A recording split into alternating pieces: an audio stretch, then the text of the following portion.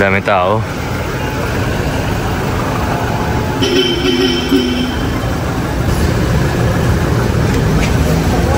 Hello. Basta. Thank you. Hi ka. Kaya no. Sa inyo to? Dito lang ako.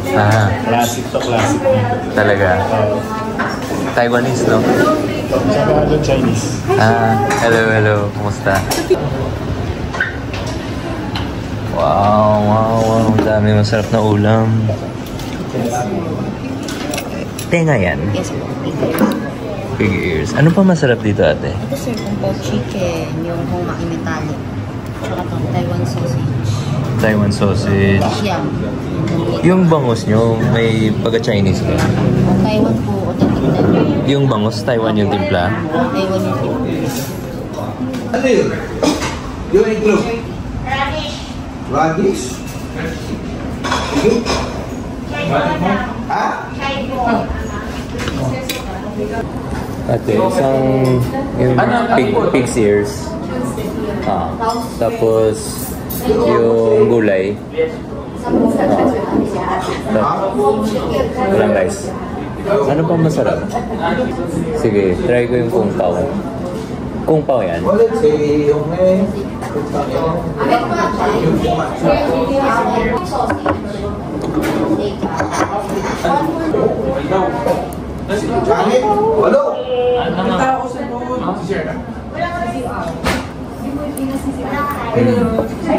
Ilang rice po? Kunin ka lang ito, sir. Okay na po. Ay, wala akong inuwanan ng bago.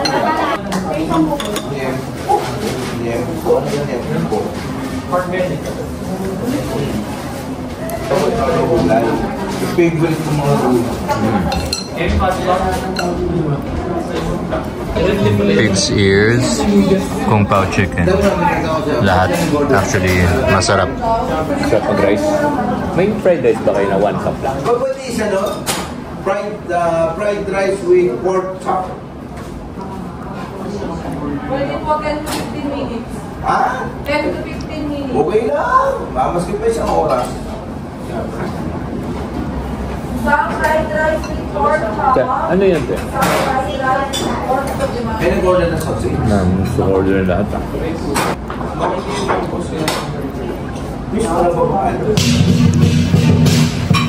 Pears with tausi, i-take out natin for Camille. And then isang, ano pa kaya? Isang humba.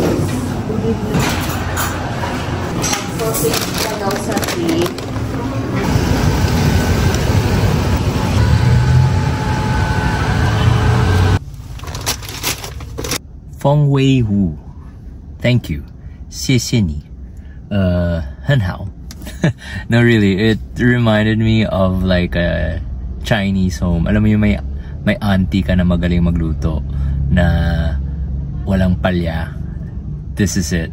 It's kind of like your default Chinese, Taiwanese, Chinoy kitchen eatery. Kung Pao chicken was good. I ordered for Camille. The pork ears, sarap, lambot, ang ganda ng litid, yung bite, yung lasa, very tempered. The gulay, alam mo, excuse me, alam mo kakagisa lang or kakaluto lang. Napansin ko sa kanila, they don't make much. Yung chafing dish nila mababaw. I don't know, maybe 6, 8, 10 orders max, and then they just cook again.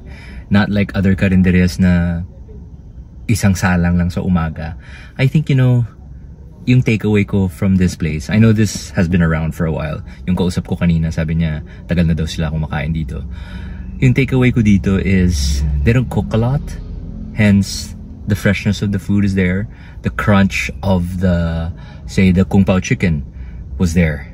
Like, when you had it, when I had it kanina, parang nalalasa mo pa yung prito. And then yung sauce, napansin ko rin, very tempered yung timpla. And that's how the Chinese like it. My mother-in-law likes, not bland, pero mellow, tempered, yun nga. Not high notes, not umami, or yung pasabog, or sharp. Yung, teka lang, nangangalay na yung kamay ko. Okay. Basta, going back, you know, ito, ganito klaseng timpla will go a long way. Because yun nga, hindi siya nakakaumay. And hanap-hanapin mo. Kaya kanina yung reaction ko parang steady lang. Hindi dahil na hindi ako nasarapan na. Actually, it's really good. It's comforting. Yun nga, it's home-cooked food. No, let me rephrase it. It's home-cooked Chinese, Taiwanese, Chinoy food done really well. And you can see na yung mga pupunta doon, mukha na silang matagal na pumupunta. Ang cute ng isang family, di ba? Parang alam na nila yung order nila. Anyways,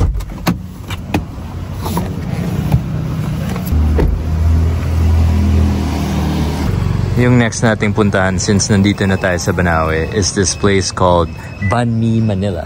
So yeah, they serve, I've heard, you know, good things about this place. I've seen them on social media and let's check them out. I'm very curious. Same lang naman po yung noodles. Pero, big po. So bahay talaga siya, no? Tapos, yung kainan sa loob. Sa loob. Kung hindi mo alam, hindi ka talagang mawawala ka, no? Ayan. May drama. Uy. Okay, ah. Wow. Hello. Okay pala dito, ano? First time yan dito? First time. Ano yung order niyo? Banh Mi. Tapos noodles na. Ano pangalan niyo, sir? Abong. Bong. Abe. Abe and Bong. And mga first time rin nila dito. Siguro, ano ba dapat kung first time? Yung kasi namin sir, yung po namin, yung beef po. Beef po. Yung banh mi sir, yung pinaka-main namin yung sandwich mo. Bali, sisindihan mo lang pang kandilo para ma-maintain lang po yung init ng coffee, egg coffee. Wow. Parang nakakaiba yan, ah. Yung sa cold sir, naka-ready. Sige. Doon ako sa nagdidrip. Okay, yung hot sir. Hot Vietnamese po. So, kakamasahe nyo lang. Tapos na. Kaya pala medyo relax kayo. Hello. So, yun yung kusina. Sa sliding door lang. Sabi ni Abe, no, tama? Sabi ni Abe, orderin daw natin yung plain banh mi, buy 5, take 1. Sakto. Pasok mo na sa freezer. No? Oo. Date nyo ngayon? Hindi naman siya. Date pa rin. So ano yung mas masarap? Yung tapos na pala kayo kumain, kala ko kaka-order lang. So ano yung kamusta naman yung sandwich? Okay yun. Yung lemon chicken, lemongrass. Okay, sarap. Wansoy. Okay. Kasi yung gusto ko yun eh. Yung pho, kamusta? Pho. Okay. Authentic. Siguro na, papunta ng Vietnam, kaya... Ano? So may similarity. May laban. Ayan. Antayin lang po nila matapos yung drippings ng coffee sir. Then pagka natapos na po, pwede na po nilang tanggalin ito sir. Okay. I-mix lang po nila yung condensed milk sa baba. Aha. Then pwede na pong inumin sir. Okay, game. Enjoy po. Sige, thank you. Sarap. May kasamang bal. Sarap daw. Masarap. Hindi matamis. Talaga. Saan ko siya ilalagay ito? Pag tapos na. Tapos. Okay, gets. Thank you. Pag kulang hot water niya sa hindi lang po kayo sa amin sir. Sige. Konti lang inumin natin para makatulog pa tayo. Pero gusto ko lang yun nga, like yung sinabi mo na gusto ko lang ma-feel yung na nasa Vietnam. Pagka Vietnamese coffee ng tinilang chef, hindi ako nakatulog. Talaga? Pagka Vietnamese coffee. Salamat, ha. Sarap pa naman. Mahaba sa kanya. Sarap. Iba. Parang nagugulat ka. Malaki yung mata ko. So, mahilig rin pala kayo mag-food trip ano? Kaya ko siya sa pinuntahan ko sa isang sale. Saan ba doon? Ay, pizza? Ay, masarap talaga. Yung crosta? Sa San Juan? Oo. So, masarap pumunta sa Makati. Pero, ready ka lang pumila. Kasi, medyo mahaba yung pila. Or, yung style, sa crosta, order ka online, tapos pick up. Tapos, para totoong date, kainin mo sa may motor mo. Buksan mo lang yung pizza. Tapos yun, may hot sauce naman eh. Tsaka, belly po. Ayan. Mas maganda yung vibe sa Makati. Well, hindi pa ako nakapunta sa... Pero doon na ako sa Makati na sana eh.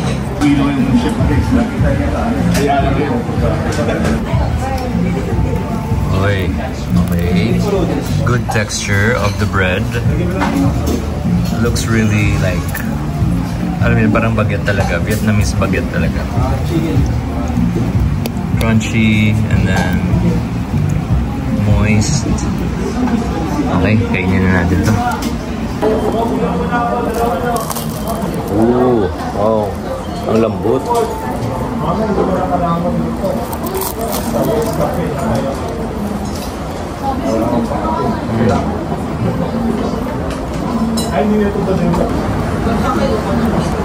Sarap.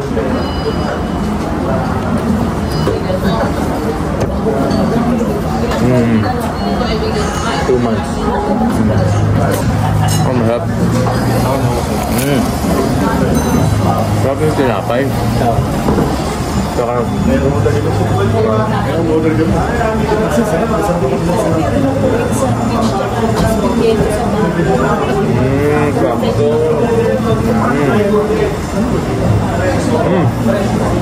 sarap na ito ah. Okay. May-ari, no? Alam niya yung ginagawa niya. Alam niya ang gusto niya sa negosyo niya.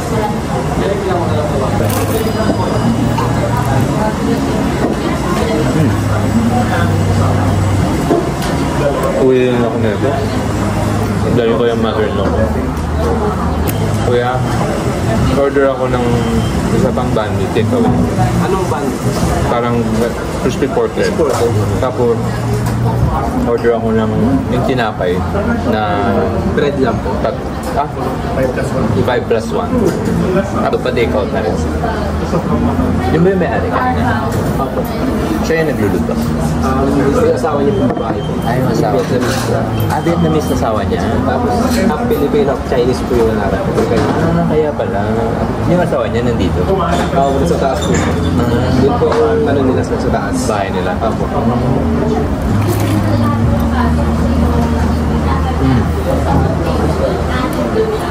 Kaya pala, alam nila yung ginagawa nila. Sarap na tinapay.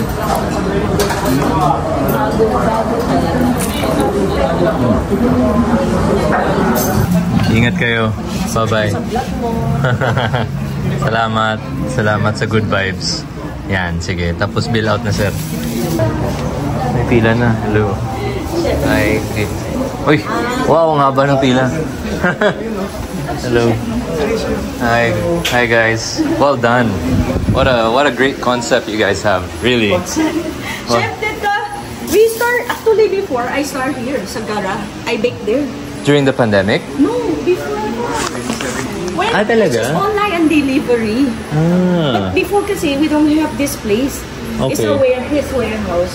So I baked the bread here. So, okay, wait. And then... you know. Philip ko siya. Oh. Yeah, it's my brother. What? Yeah, so sila. Oh my... They're very close to us. Oh my God. You ask for him, he knows us. Tumatayo yung playbo ko. I know. Bago pa ako, before everything, when I just moved to Manila, sila, from Bacolod, sila, oh my God, I can't, tumatayo yung playbo ko. Philip! Kuya ka. Kuya mo pala, magaling magluto.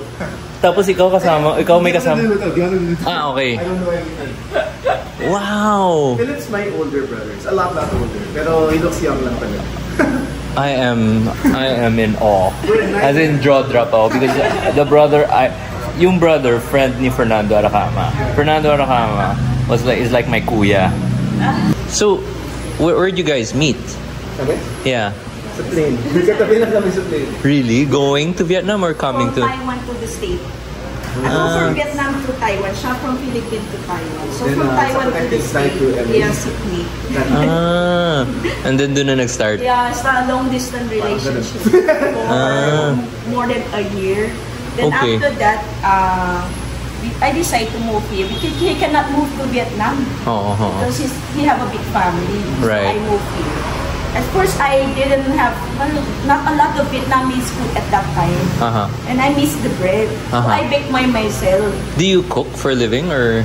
Before, Yeah. I just cook at home. Parang for fun. But starting here, I cook everything because I miss Vietnamese food. That's Yeah, how I started.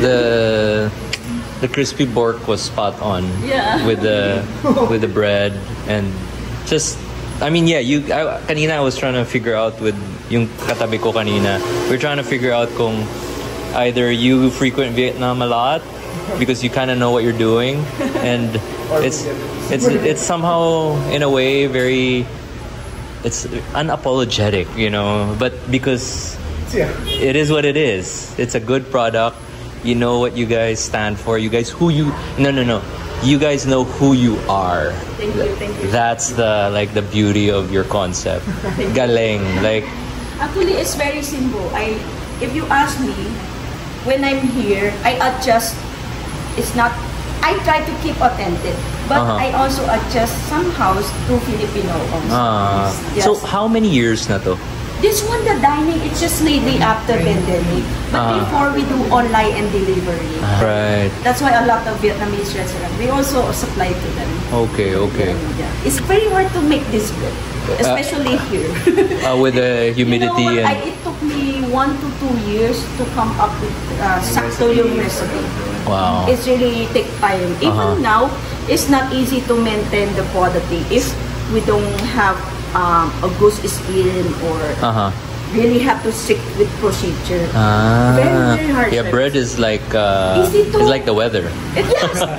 Tama kasi yung weather, if it's too hot or too cold, it affect us. I mean, it's so nice to meet people like you guys because that are so into and so passionate about food. No, really, and baliw also about food.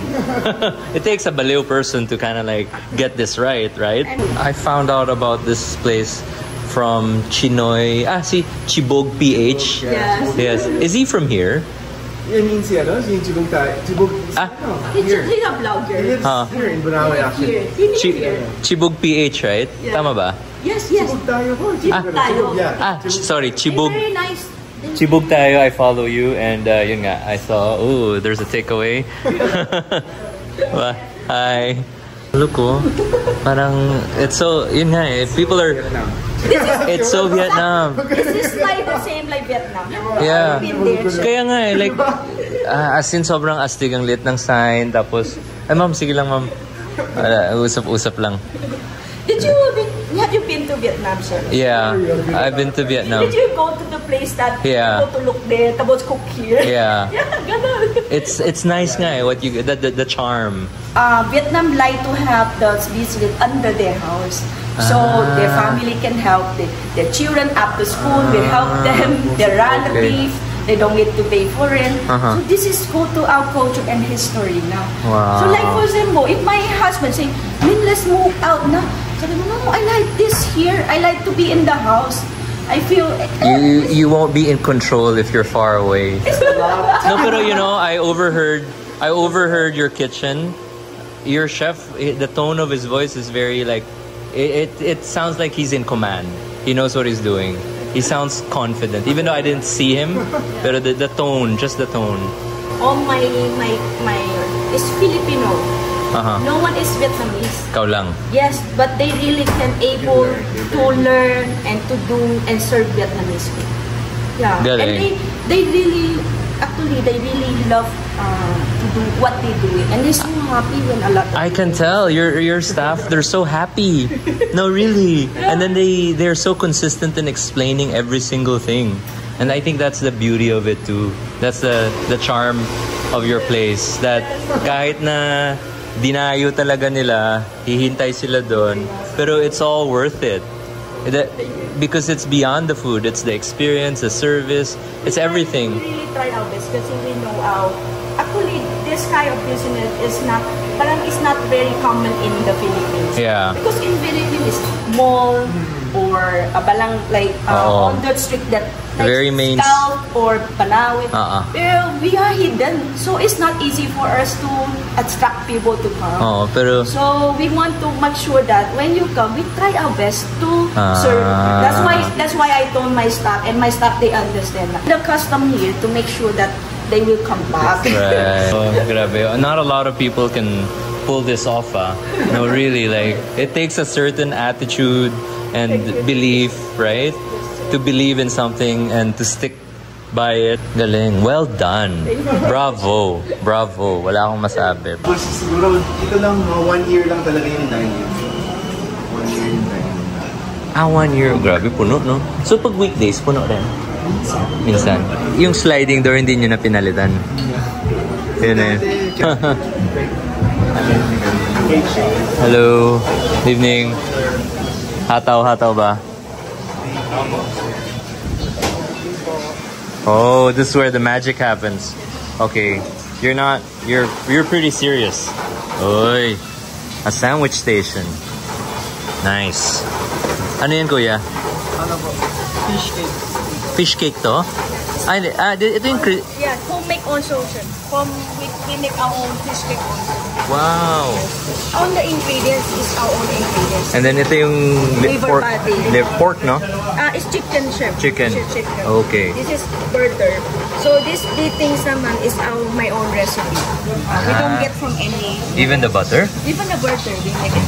Really? Question, can I have the butter you make? The spoon. Yes. Tatlo. Ito ang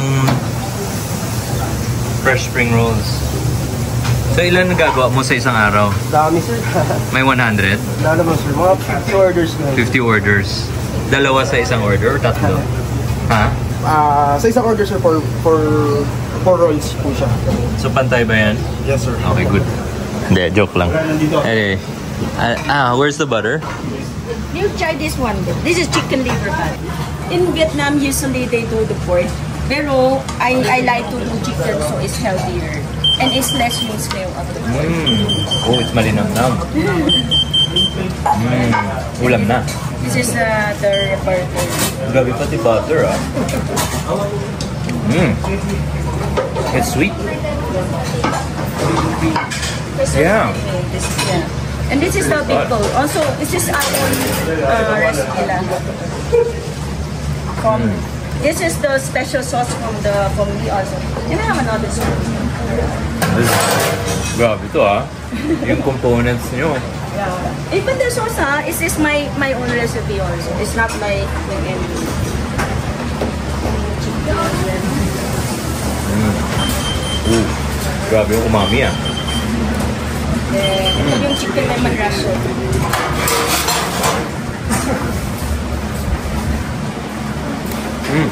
Bango. Lemongrass, no? Yes. Bango. And turmeric. Turmeric. Yes. Wow. Teka lang, nabaliw ako sa butter. Parang hindi ko na-expect na makakain ako ng butter na ganyan. This is how Vietnamese do that. We don't use the mayonnaise, we don't use we make by our own, the burger. Oh wow, very impressive. Okay, tama na. I am overload. Tsaka sobra-sobra na. I'm very, very happy and very, very impressed. Actually, sa sobrang sarap ng butter, take out kami ng butter and ng pate. In the freezer. Okay. Pour and toast again. Okay, I have a freezer. Yes. So this is the butter. Butter. It's ref lang. Ito, pickle ref. Pickles. Liver pate, better is in the freezer. Okay. And then you store or microwave. But Yeah. if you, Get a portion. yeah, but I think you can finish it. Oh yeah, this is gonna be a party. Yes, Okay, yes, thank you. Thank you, Chef. Thank you. I was just telling Henson na grabe, like the combination of all the textures from the pickles, the graininess of the pate, and the creaminess of the butter. That's a 3 basic ingredient in the banh mi. Ah. But sometimes they adjust it. There's meron, there's wala. Pero kasi this is the 3 basic. In Vietnam, you can get any supplier. But here we don't. So we have to make by our own. It's really hard. Wow, ang laki ng kamot ko. Grabe. I'm learning a lot here. Not that I'm gonna make a banh mi, pero no, I mean, you know, just like kung sa atin, di ba, you have to have calamansi, suka, soy sauce, Yes. you know, on the table. And so, ganun pala sa banh mi. Yes. Gets.